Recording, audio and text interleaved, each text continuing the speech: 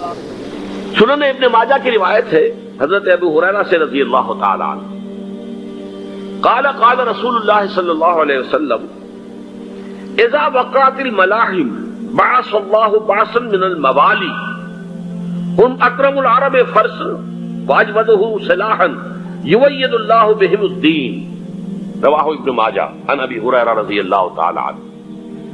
جب ملاحم کا دور شروع ہوگا تو اللہ تعالیٰ اٹھائے گا ایک لشکر یا لشکروں پر لشکر موالی میں سے۔ موالی کون ہے؟ عربوں نے جب فتح کیا تھا اس پورے علاقے کو خلافت راشدہ کے دوران، اور پھر وہ لوگ جو ہے ایک رائے تو یہ تھی کہ انہیں غلام بنایا جائے ساری آبادیوں کو، لیکن یہ کہ حضرت عمر کا اجتہاد تھا اس کے مطابق جو غلام نہیں بنایا گیا تو وہ موالی کی حیثیت رکھتے ہیں۔ عربوں میں دم نہیں ہے، موالی میں سے لشکر اٹھیں گے کہ جو در حقیقت حضرت مہدی کی حکومت کو قائم کرے گے۔ دوسری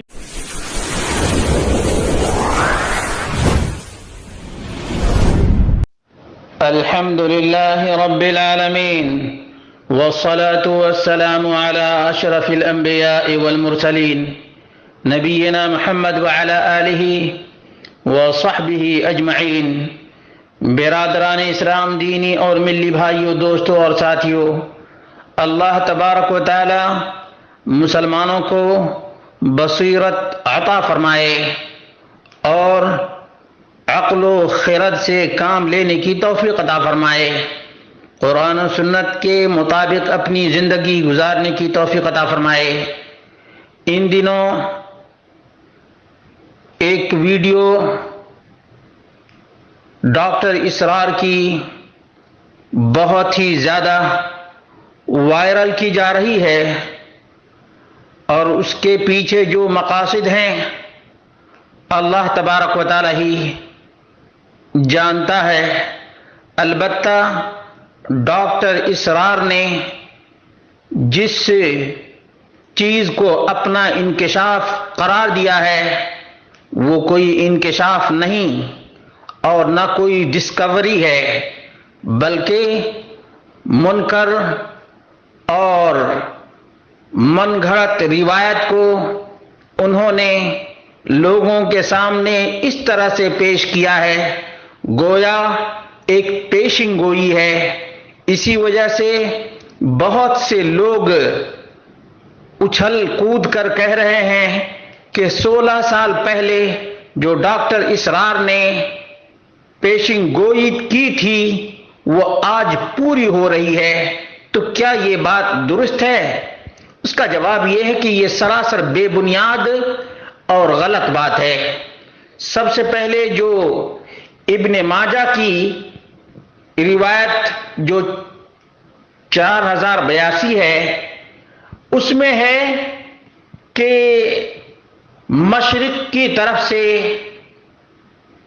کالے جھنڈے آئیں گے اور مشرق کے تمام علاقوں میں افغانستان بھی شامل ہے، اور وہاں خلافت قائم ہوگی، اور پھر وہ لشکر عرب کے علاقے تک جائے گا اور وہاں پر امام مہدی کے لشکر میں شامل ہو کر بیت المقدس کو فتح کرے گا۔ تو کیا یہ بات درست ہے؟ اس کا جواب یہ ہے کہ رایات سود، کالے جھنڈوں کے سلسلے میں جتنی بھی روایات ہیں وہ تمام کی تمام روایات منکر ہیں۔ منکر، یہ کوئی طاہر سنابلی کی بات نہیں ہے۔ علامہ ابن القیم الجوزیہ نے اپنی عظیم ترین کتاب المنار المنیف کے اندر اس بات کی صراحت کی ہے کہ اس روایت کا راوی یزید بن ابی زیاد ہے، وہو سیء الحفظ، اس کا حافظہ ہی بدترین کمزور تھا، وَكَانَ يُقَلِّدُ الْفُلُوسِ، اور یہ جعلی سکے بنایا کرتا تھا، یُزَيِّفُ النُّقُود، جعلی نقلی نوٹ بنانے کا ماہر یہ یزید بن ابی زیاد تھا۔ اس کی روایت منکر ترین ہے، منکر ترین ہے۔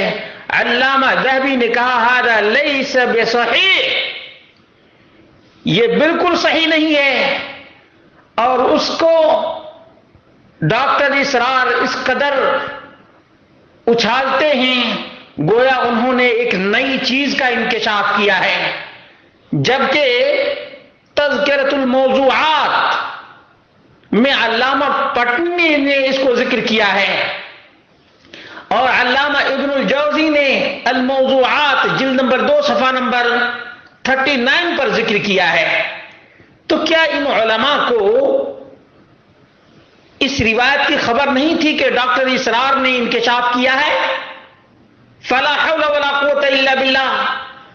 اور بلا سوچے سمجھے آج افغانستان کے حالات پر ان من گھڑت اور منکر روایات کو فٹ کرنے کی کوشش کی جا رہی ہے، جبکہ محدثین نے پہلے ہی ان روایات پر حکم لگا دیا ہے کہ یہ نبی کریم صلی اللہ علیہ وسلم سے ثابت نہیں ہے۔ لم یصح فی الرایات سود حدیث مرفوع، کالے جھنڈے کے سلسلے میں کوئی ایک حدیث بھی نبی کریم صلی اللہ علیہ وسلم سے ثابت نہیں، ولا حدیث موقوف علی الصحابہ رضی اللہ عنہم، اور نہ کسی صحابی پر موقوف روایت ہی اس سلسلے میں ثابت ہے۔ یعنی تمام کی تمام روایات منکر، موضوع اور من گھڑت، یہاں تک کہ مسند احمد کے محقق اور ان کی پوری ٹیم شعیب الارناؤت الحنفی، انہوں نے کہا اسنادہ ضعیف جدا، اس کی سند ضعیف ترین ہے۔ اتنا ہی پر بس نہیں کیا، بلکہ اتنا لکھا ہے ولا یصح فی ھذا الباب شیء، کالے جھنڈے کے سلسلے میں کچھ بھی ثابت نہیں ہے۔ وکل ما فیہ اخبار ضعیفۃ موقوفہ، اور جتنی بھی اس سلسلے میں روایات ہیں وہ تمام کے تمام ضعیف اور موقوف ہیں، مرفوع نہیں، موقوف ہیں۔ اسی طرح سے ابن حجر العسقلانی نے ان روایات کو ضعیف قرار دیا ہے، اور شیخ احمد شاکر نے ضعیف ترین کہا ہے۔ اس کے باوجود آج اس قدر اس مسئلے کو اچھال رہے ہیں کہ اب خلافت قائم ہو گئی ہے، اور یہ شیعہ رافضی کی روایات میں سے ہے، شیعہ رافضی کی روایات میں سے ہے۔ دوسری روایت جو انہوں نے ترمذی کے حوالے سے بیان کیا، یخرج من خراسان رایات سود لا یردها شیء حتی تنصب بایلیا، یہ کتاب الفتن کے اندر مذکور ہے، اور بالکل ہی منکر ترین روایت ہے، منکر ترین روایت ہے۔ یہ تمام کے تمام کا دار و مدار رشدین بن سعد پر ہے، اور لم یروی ھذا الحدیث، علامہ طبرانی نے اس کو ذکر کیا ہے اور کہا ہے کہ اس حدیث کو زہری سے یونس کے علاوہ کوئی بھی نہیں راوی ہے، تفرد به رشدین، رشدین اس کا منفرد ہے۔ اسی لیے امام ترمذی نے بہت ہی اہم ترین حکم لگایا ہے کہ یہ غریب ہے، یعنی اس کے علاوہ کوئی بیان ہی نہیں کرتا ہے، جبکہ اس کی حالت یہ ہے کہ یہ ضعیف ترین انسان ہے، ضعیف ترین انسان ہے، اور اس کے اوپر اس روایت کا دار و مدار ہے۔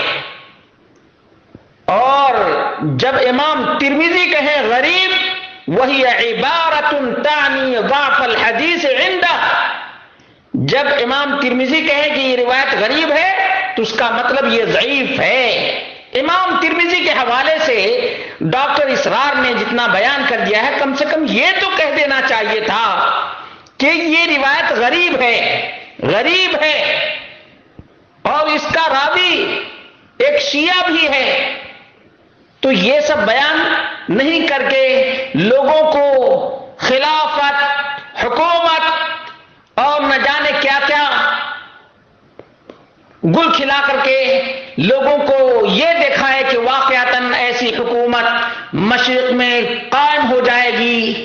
اب مشرق کا حال تو دیکھ ہی رہے ہیں، نہ اصول میں قرآن و سنت کے مطابق، نہ فروع میں قرآن و سنت کے مطابق۔